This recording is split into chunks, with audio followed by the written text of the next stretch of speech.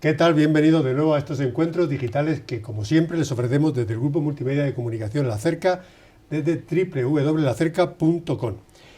Hoy tenemos con nosotros a una persona que, por ser, además, querido por todos nosotros, por mí personalmente, por el Grupo de Comunicación La Cerca, pero creo que todos estamos pendientes de ver qué nos dice, qué nos plantea, de qué nos informa y, sobre todo, de ver qué cantidades se plantean alrededor de lo que van a ser los presupuestos de la Junta de Comunidad de Castilla-La Mancha para 2016. Saludamos sin más dilación a don Juan Alfonso Ruiz Molina, consejero de Hacienda y Administraciones Públicas. Juan Alfonso, consejero, muchísimas gracias por estar aquí esta tarde con nosotros. Es un verdadero placer y, como digo, es una persona muy deseada y muy querida. Gracias a vosotros por la invitación y encantado de poder contestar pues, a las cuestiones que me podéis plantear desde vuestro grupo. Bueno, ¿qué tal? ¿Cómo se encuentra? ¿Cómo se ha dado el día hoy? Bien. ¿Cómo ha sido la agenda? ¿Muy apretada?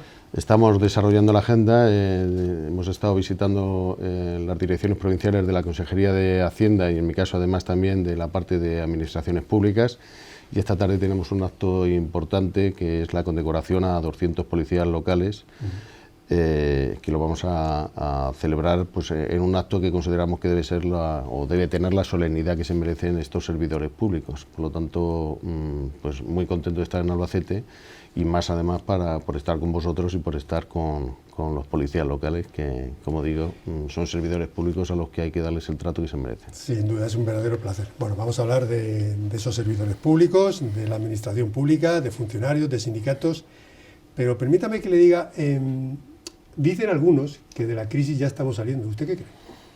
Bueno, de la crisis están saliendo unos cuantos. Yo creo que a nivel macroeconómico efectivamente hay datos que corroboran esa afirmación, en el sentido que hay un crecimiento del PIB real en unos porcentajes que yo creo que sí que ponen de manifiesto un inicio de la crisis. También hay que reconocer que la bajada en la tasa de desempleo también pone de manifiesto cierta recuperación en la economía, pero lógicamente esa recuperación no lo están notando los ciudadanos. De lo que se trata es que precisamente la riqueza que se pueda ir generando en estos años, pues que podamos hacerla partícipes a todos los ciudadanos, es decir, que si nos hacemos ricos nos hagamos ricos pues prácticamente todos, ¿no? Sí. Y en ese sentido, bueno, soy optimista. Otra cosa es que esa recuperación no ha llegado a la gente todavía y de lo que se trata es que llegue.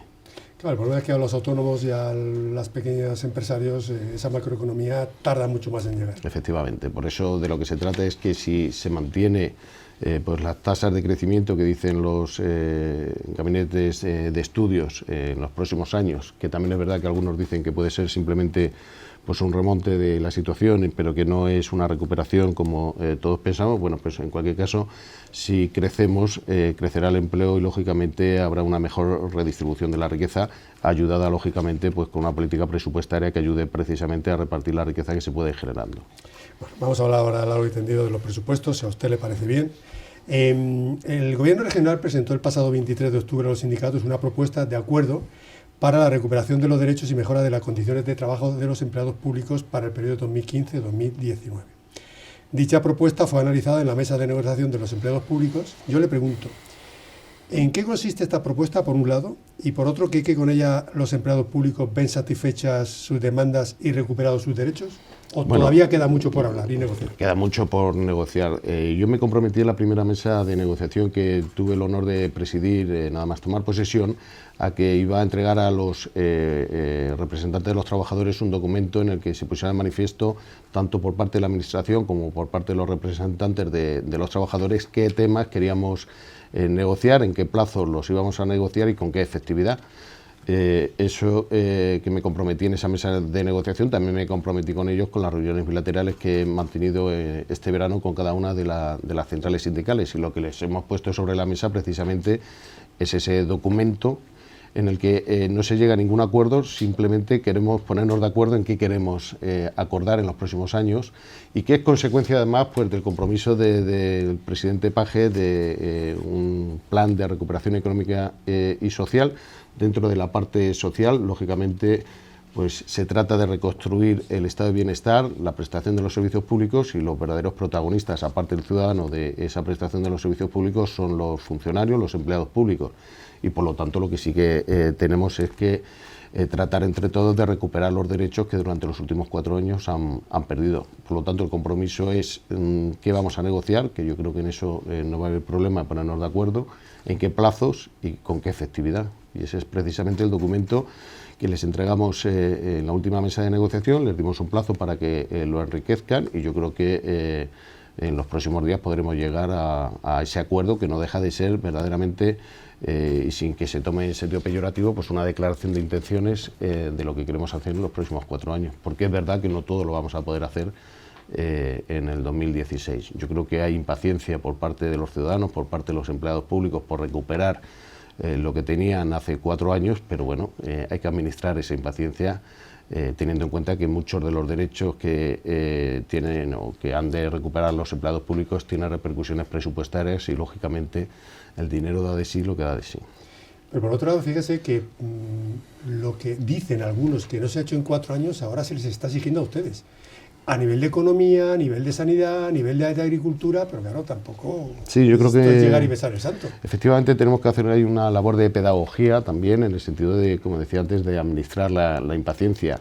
Destruir es fácil y reconstruir es mucho más lento. Por lo tanto, ayer decía el presidente que lo que se había destruido en 4 años se calculaba que es posible que tuviéramos que tardar 12 en construir, pero bueno, yo creo que paso a paso hay que administrar, como digo, la impaciencia y la angustia de la gente, y hay que compatibilizar los intereses, por un lado de los empleados públicos y por otro de los ciudadanos, y fundamentalmente, que yo creo que la principal prioridad que tiene el gobierno es luchar contra el desempleo. Mire usted, si me dice usted, Juan Alfonso, que vamos a tener que esperar 12 años más, aparte de los 8, 9 o 10 que llevamos de crisis, algún televidente nos dice algo seguro. No, 12 años en el sentido que hay cosas que van más lentas que otras, por eso digo que hay que compatibilizar derechos de unos y de otros. Sin duda. Y yo creo que la prioridad que tiene el gobierno ahora mismo es la lucha contra el desempleo. Claro que sí. Desde la Consejería de Hacienda y Administraciones Públicas, Juan Alfonso, en la que recae, por cierto, la competencia de impulsar y coordinar la gestión de la calidad en la Administración de la Junta de Comunidades, ¿qué acciones se están llevando a cabo para mejorar la eficacia entre todas las administraciones? Y por otro lado, que esta eficacia se vea reflejada en el beneficio del ciudadano. Claro. Yo también, en la pregunta tengo que también recuperar la respuesta anterior, ¿no? Llevamos 100 días y estamos sentando las bases para ver qué queremos hacer efectivamente para mejorar esa calidad.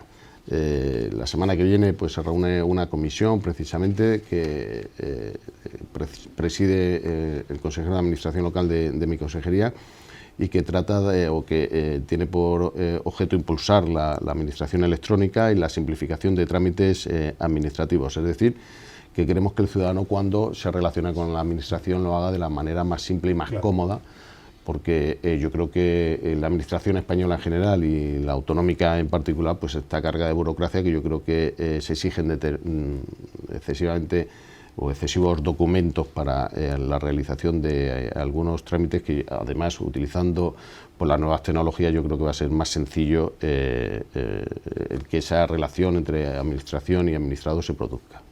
¿Hay una calidad más que importante, suficiente en el funcionariado de la Administración de la Junta de Comunidades de Castilla-La Mancha? ¿Está bien preparado? Yo creo que sí.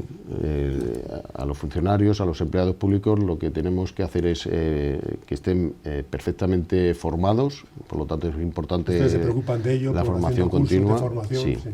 Y que dispongan de medios y de herramientas para hacer mejor su trabajo. Por eso es importante la simplificación administrativa. El empleado público funciona de acuerdo con la normativa vigente y, por lo tanto, muchas veces no es el culpable del retraso en la relación que mantiene el ciudadano con la administración, no es el derecho, por lo tanto, el derecho administrativo, ¿no? Por lo tanto, de lo que se trata es de, utilizando las herramientas que nos da el derecho administrativo, pues simplificar los trámites de tal manera que esos trámites sean más ágiles y, por lo tanto, que el empleado público pueda realizar mejor su trabajo. De la misma manera que a un médico se le ha de dotar de los medios de diagnóstico más potentes para que pueda hacer mejor su trabajo. En la parte más administrativa de la Junta de Comunidades pues se trata también de dotar, en este caso, en mecanismos jurídicos, de tal manera que la relación, insisto, entre la administración y el empleado sea más sencilla.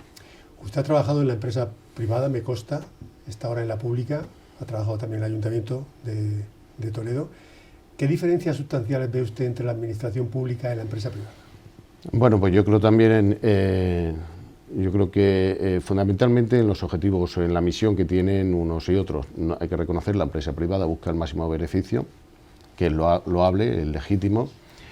Adolece en las grandes empresas de muchos de los problemas que tenemos en la propia administración. Yo creo que cualquier organización que supere los 30.000 empleados pues tiene problemas de funcionamiento interno, eso lo sabemos. Y efectivamente la empresa privada busca el beneficio, como no podía ser de otra manera, para remunerar el dinero de sus accionistas. Nosotros tenemos que buscar la calidad del ciudadano, porque en definitiva son los accionistas que sustentan la administración. Pero bueno, uno se puede medir desde el punto de vista contable y el otro se debe medir desde el punto de vista del bienestar que somos capaces de dar a los ciudadanos que nos han puesto en esta administración precisamente para ello. Me parece muy correcta la definición. Recientemente, consejero, el 2 de octubre se reunió usted con el secretario regional de Comisiones Obreras, don José Luis Gil, donde se abordaron la situación de los empleados de contratas de la Junta, que son alrededor de unos 30.000. En esa reunión usted se comprometió a estudiar su situación laboral y recuperar la estabilidad. ¿En qué situación se encuentran estas negociaciones en este momento? Bueno, estamos viendo, porque no se trata solamente de que el trabajador, en el caso de que haya pues un cambio en el adjudicatario, en la prestación de determinados servicios, pues la empresa se subrogue, sino que ese acuerdo al que hacía referencia el secretario de Comisiones Obreras tiene repercusión en el coste de la prestación del servicio de la Administración. Y por otra parte, por lo tanto, estamos valorando de un lado la repercusión que pudiera tener el coste, pero hay por otro lado un condicionamiento jurídico en la medida que tampoco podemos invadir el contenido de los convenios colectivos, y en este sentido pues hay determinada prestación de servicios que impiden la subrogación por parte de la Administración. Me estoy refiriendo, por ejemplo, a los servicios de mantenimiento, en el que no hay subrogación en el cambio de adjudicatario, y sí hay una obligación en el convenio colectivo de que haya subrogación, por ejemplo, en el servicio de limpieza. La mayoría de los servicios públicos que están externalizados, o de las contratas de la Administración, en sus convenios colectivos está prevista la subrogación, excepto en algunos otros, como es el de mantenimiento, porque se rigen por el convenio del metal, en el que no está prevista esa subrogación, y en lo que estamos estudiando qué repercusiones podría tener en el funcionamiento, en el coste de esos servicios, desde el punto de vista jurídico y desde el punto de vista económico.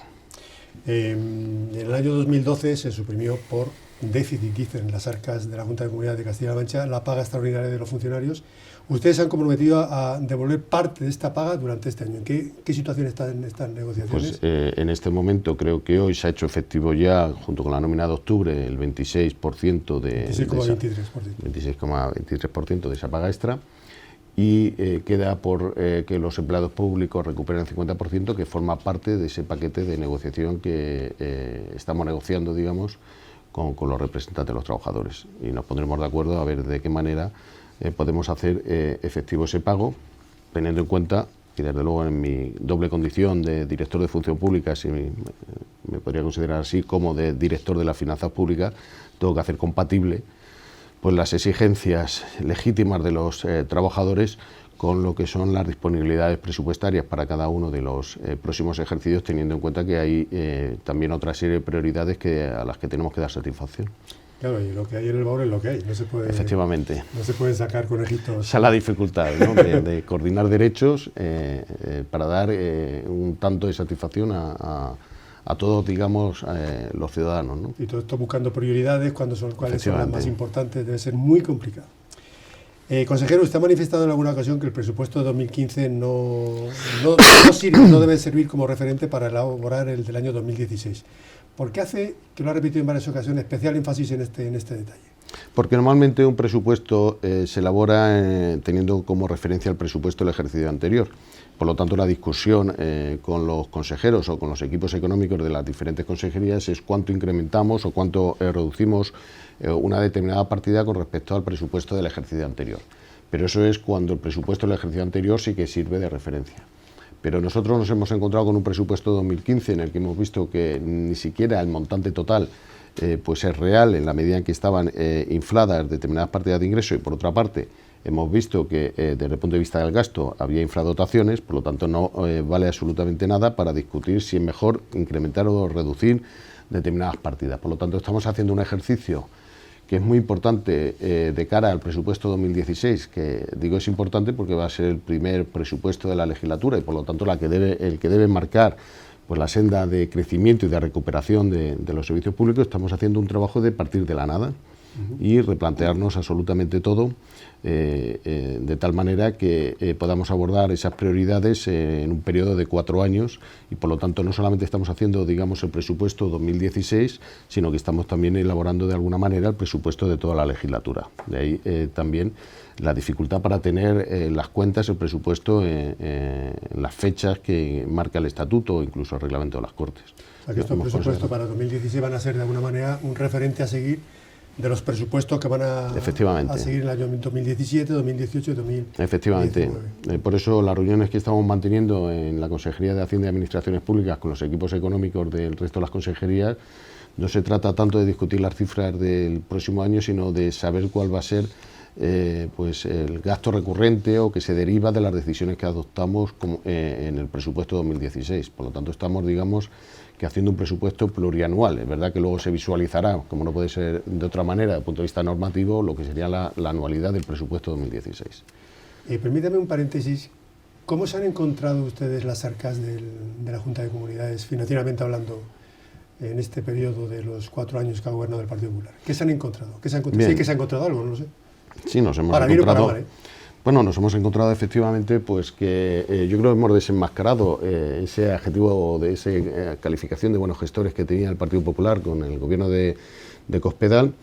Yo tuve ocasión de informar a las Cortes de cuál era la situación desde el punto de vista estrictamente contable que me había encontrado a 30 de junio, porque además estaba cumpliendo un compromiso que el presidente Pagés había adquirido en campaña electoral, y es decir, que en el mes de agosto, por eso no tuve vacaciones, en el mes de agosto pues íbamos a informar de la situación estrictamente contable, y quiero hacer hincapié en lo de estrictamente contable, ¿no? Entonces nos hemos encontrado pues con una situación en que la tesorería estaba en una situación de mínimos, con 46 millones, creo recordar, con un gasto ya, con un nivel de gasto muy superior a lo que se corresponde con la mitad del ejercicio, y fundamentalmente hemos encontrado que las partidas de ingresos sabíamos, o se sabe ya, que no se iban a cumplir porque estaban infladas, como he dicho antes, y eso era fácil comprobarlo con los datos de liquidación del ejercicio 2014, y de la misma manera pues detectamos insuficiencias importantes en determinadas partidas de gasto, como es el gasto de personal o los gastos relacionados o afectados a la asistencia sanitaria, que no estaban en el presupuesto, pero que sin embargo suponen mayor gasto y por lo tanto mayor agujero. Yo puse de manifiesto un nivel de déficit que yo estimé en su momento en el 0,84, y recalqué en las Cortes que era una estimación incluso personal de 0,84. La intervención general nos ha dicho que a 30 de junio el déficit, creo recordar, era del 0,79, muy por encima ya del objetivo de todo el año. Por lo tanto, desde el punto de vista financiero, la situación que nos hemos encontrado es caótica. Caótica en el sentido de que efectivamente detrás de una situación financiera que digamos es negativa, nos hemos encontrado con una destrucción prácticamente absoluta de lo que son las bases o los cimientos del estado de bienestar. Por lo tanto, nos encontramos desde el punto de vista financiero una mala situación, y desde el punto de vista de la situación del estado de bienestar pues también negativa. Por lo tanto, son dos situaciones a las que tenemos que hacer frente en los próximos años. Decía y hacía hincapié en que yo tuve esa intervención estrictamente con datos contables, que por cierto nadie me ha discutido, porque además, adelanto, nadie me lo puede discutir porque son datos estrictamente contables. Son muy fríos. Exactamente. Por lo tanto, no he oído en la oposición ninguna crítica a ninguna cifra. Tuve especial interés además en entregar un documento que les hice llegar no solamente a la prensa, sino a los propios diputados, para que no hubiera dimes y diretes o malas interpretaciones en cuanto a las cifras, y en ese sentido no se puede discutir lo que dicen los estados contables, que gracias a Dios nos podemos fiar de la contabilidad y de la informática, pero eran exclusivamente datos contables. En la medida en que ya vamos profundizando en la situación financiera, nos encontramos con que hemos tenido que hacer frente pues a multitud de gastos que no estaban contabilizados. Podríamos decir también que nos hemos encontrado muchas facturas en el cajón, no en facturas en el sentido estricto, pero sí 26.000 expedientes de dependencias sin resolver, que detrás de cada expediente de dependencia pues hay un dependiente, ¿no?, que está esperando que se resuelva el expediente para poder cobrar la pensión que se merece. Por lo tanto, había 26.000 expedientes sin resolver, Yo estimo, por lo que estoy viendo, unos 125 millones en sentencias de paralización de obras que no habían indemnizado, como marca la ley, a los contratistas, a los adjudicatarios de esas obras, de tal manera porque estamos pagando ahora más en indemnizaciones y intereses de demora que lo que hubiera sido necesario para terminar la obra que fue paralizada, ¿no? Por lo tanto, por un lado están los datos contables con un nivel de ejecución muy alto, y por otro lado estaban gastos que, sin estar contabilizados, estamos obligados a satisfacer y que empeoran aún más la situación financiera de la comunidad autónoma. Con lo cual, cuenta que a final de año el cumplimiento del déficit, aparte de que se vaya al carajo con sí, perdón, estamos... ¿en qué se puede transformar? No, vamos a ver, yo también hice una estimación de lo que podíamos terminar a final de año. Sí, a eso me refiero. No obstante, estamos parando máquinas, de tal manera que es verdad que en los meses de julio y agosto hemos conseguido reducir esa cifra de déficit, que no significa que seamos capaces de mantener ese ritmo de descenso de aquí al 31 de diciembre, pero desde luego con lo que estamos haciendo, con lo que estamos parando aquellos expedientes que no tienen una repercusión directa en el ciudadano, pues sí que vamos a conseguir acercarnos o pasarnos menos de lo que yo estimaba, del 0,7 a 31 de diciembre. En todo caso, esos expedientes que usted dice que paralizarán, pasarán a otro presupuesto. Sí, pero ya será borrón y cuenta nueva, y entonces expedientes que se podían haber iniciado de obras este año, pues bueno, se pueden retrasar, porque es muy importante que no perdamos la credibilidad con respecto a los inversores, a los acreedores, claro, al propio Estado. Entonces, efectivamente, yo creo que va a ser prácticamente imposible que cumplamos el déficit. Ya se lo he avisado así al Ministerio de Hacienda, pero vamos a intentar que nos pasemos lo menos posible. Pilares básicos, consejero, del presupuesto para 2016. ¿Qué áreas y sectores van a ser lo que van a priorizarse? Es muy sencillo. El presupuesto 2016 tiene que cumplir dos objetivos. El primero, el de crecimiento económico, porque es importantísimo para la creación de empleo, y por lo tanto vamos a dotar partidas que favorezcan la implantación de empresas en la región y que favorezcan además que aquellas empresas que están implantadas puedan crecer. Por lo tanto, yo creo que ese paquete va a ser importante. Por otra parte, con los planes de empleo vamos a inyectar del orden de aproximadamente entre lo que ponen las administraciones y lo que pueden poner las empresas, del orden de unos 300 millones de euros, que es una cantidad importante para nuestro PIB. Por lo tanto, vamos a inyectar entre unos y otros una cantidad importante que tiene que ser un revulsivo para el consumo y la demanda interna, y por lo tanto también para favorecer el crecimiento. Luego, fundamentalmente, el gasto tiene que ser un gasto social dirigido pues a reconstruir el estado de bienestar, y por lo tanto las áreas que vamos a priorizar están claras, que van a ser sanidad, educación, servicios sociales y dependencia. Esos serían los dos objetivos básicos que va a tener el presupuesto. El año pasado los presupuestos de 2015 fueron de 8.206 millones de euros. ¿De qué cifras podemos hablar? ¿Van a ser menores, inferiores? No, van a estar más o menos... ¿No sabe usted lo que yo le voy a agradecer? Que usted me dé una cifra más o menos aproximada. No se la voy a dar, porque estamos todavía en ello, ¿eh? Porque para llegar a esa cifra tenemos que tener una estimación lo más fehaciente posible de lo que puede ser el techo de gasto para el próximo ejercicio, y todavía no la tenemos. Nos hemos preocupado de las grandes áreas de gasto, de dónde puede ir dirigido el gasto, pero no le puedo dar una cifra, porque incluso además depende... en esa cifra que usted me ha dicho están incluidos todo lo que consideramos ingresos y gastos finalistas, es decir, fondos europeos o la política agraria comunitaria, etcétera, que dependen de los ajustes finales, pues hará que la cifra que oscile en un determinado porcentaje. Total, que no me diste prácticamente nada de lo que le preguntaba. Bueno, el Gobierno fijó el pasado 29 de julio en el 0,3% del Producto Interior Bruto el objetivo de déficit de las comunidades autónomas para 2016. Objetivo que fue rechazado por 10 de las comunidades autónomas y aprobaron otras 5 comunidades autónomas. Yo le pregunto a usted, por un lado, ¿está usted de acuerdo con la cifra marcada por el Consejo de Política Fiscal y Tributaria, que dice que en el año 2016 el objetivo del déficit debe ser el 0,3%, el 0,1% para el 2017 y un equilibrio presupuestario para el año 2018? Pregunto, ¿está usted de acuerdo con estas cifras marcadas en principio para ese cumplimiento de los 3 años que vienen? En absoluto. Y así se lo hicimos llegar al ministro Montoro, porque no consideramos que haya una distribución tan desigual entre el déficit que se puede mantener el Estado la Administración Central para el ejercicio 2016, con el que se exige a las comunidades autónomas. Para que se hagan una idea, en la medida en que a nosotros, a las comunidades autónomas, nos hacen reducir el déficit en un 56%, el déficit o la reducción del déficit que se produce en la Administración del Estado me parece que va a ser del 25%. Es decir,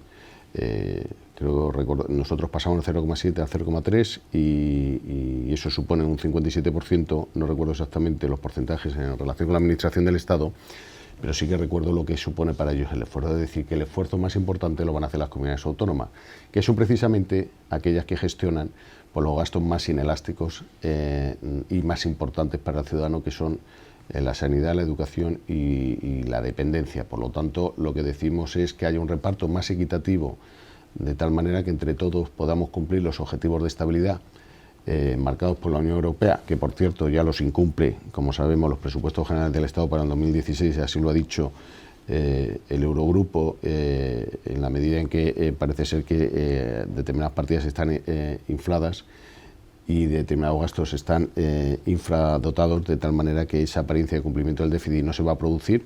En la Unión Europea se han dado cuenta y nos dicen que, o le dicen al Estado que tiene que hacer un ajuste de en torno a 7 o 10 mil millones de euros para el año que viene. En cualquier caso, lo que decimos es que tiene que haber un reparto equitativo entre las competencias que tiene el Estado y las competencias que ejercemos las comunidades autónomas, y por lo tanto, aunque vamos a cumplir, porque por la lealtad institucional, ese objetivo de déficit para el año que viene, desde luego del gobierno que resulte, que espero que sea del Partido Socialista en las próximas elecciones, pues yo creo que sí que tendremos que empezar a discutir cuál es el reparto del déficit entre ambos niveles de administración. Incluso, como ya ha adelantado también el Partido Socialista, yo creo que es bueno renegociar con la Unión Europea, pues suavizar la reducción del déficit o los niveles de déficit, de tal manera que nos fijemos unos plazos más largos al objeto de, después de haber sufrido como hemos sufrido, estamos sufriendo pues una importante crisis económica, podamos suavizar el impacto que esa crisis ha tenido sobre los ciudadanos. Pues claro, yo pregunto, el hecho de cumplir o no los objetivos del déficit, pero bueno, cumpliéndolos en función de lo que nos determina la Comunidad Económica Europea, pues si los cumplimos y hacemos un esfuerzo económico y resulta que de alguna manera no deterioramos el bienestar social de una región, mal que menos, pero es que resulta que aparte de cumplir determinados objetivos del déficit, es que la región se han abandonado muchas cosas en los últimos años, ¿no? Por eso nosotros queríamos suavizar esa reducción, que no fuera el 0,3, que fuera superior, precisamente porque yo creo que en algunos casos se está priorizando el pagar a las entidades financieras la deuda que hemos contraído, en lugar de pagar a los ciudadanos en forma de servicios públicos los derechos, en este caso, que se merecen ellos. Totalmente de acuerdo. Pues, consejero Juan Alfonso Ruiz Molina, consejero de Hacienda y Administraciones Públicas, me están diciendo que ya es tiempo de que nos despidamos. Ha sido un auténtico placer. Yo le deseo la mejor suerte del mundo por usted, por su consejería y por lo que nos toca a los castellano-manchegos, y que ese presupuesto pues cumpla las expectativas de que, de luego, sea para el que más lo necesita, que estoy convencido de que así será. Muchas gracias por tu cuestionario, porque yo creo que además has apuntado bien dónde están los hitos más importantes de la gestión que estoy realizando. Bueno, pues muchísimas gracias. Bueno, nosotros nos vemos cuando ustedes quieran a través de lacerca.com, aquí en estos encuentros digitales que les ofrecemos, como siempre, del Grupo Multimedia de Comunicación La Cerca. Sean felices, muchas gracias.